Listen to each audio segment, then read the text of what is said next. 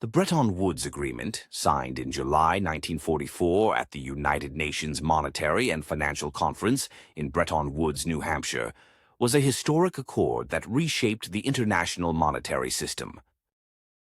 This monumental agreement brought together delegates from 44 nations, each seeking to forge a path toward global economic stability following the turmoil of World War II.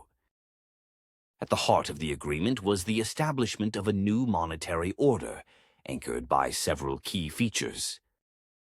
Firstly, fixed exchange rates were introduced, where global currencies were pegged to the US dollar. This, in turn, was convertible into gold, fostering a stable and predictable exchange rate system. The US dollar emerged as the dominant currency, acting as an international reserve currency and a benchmark for trade and financial transactions worldwide. This was intended to encourage international trade and investment by reducing the risk of fluctuating currencies. To support this system, the International Monetary Fund, IMF, was created. Its mission was to oversee the stability of the international monetary system by monitoring exchange rates and offering financial assistance to countries with balance of payments deficits.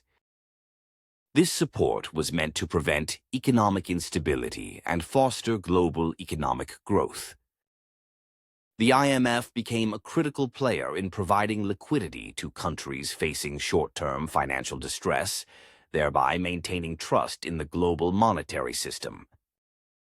The World Bank was also established as part of the Bretton Woods Agreement, with a focus on reconstruction and development projects.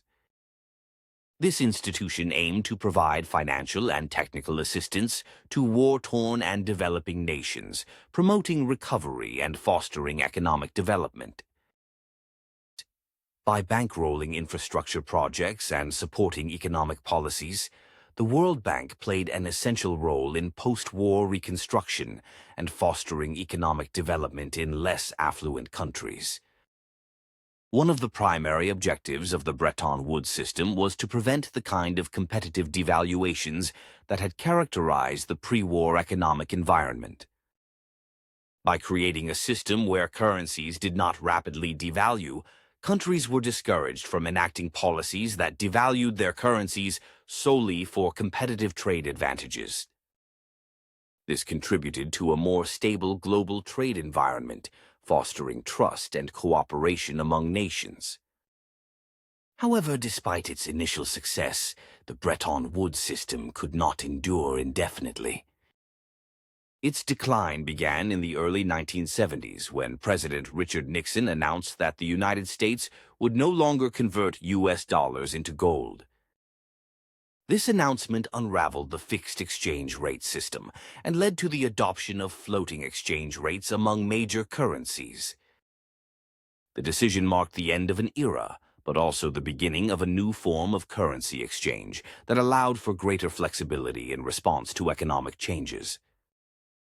The legacy of the Bretton Woods Agreement is profound, with many of its principles still influencing today's international economic frameworks. While the fixed-rate system it established no longer exists, the existence of entities like the IMF and World Bank continues, reflecting the enduring pursuit of global monetary cooperation and stability.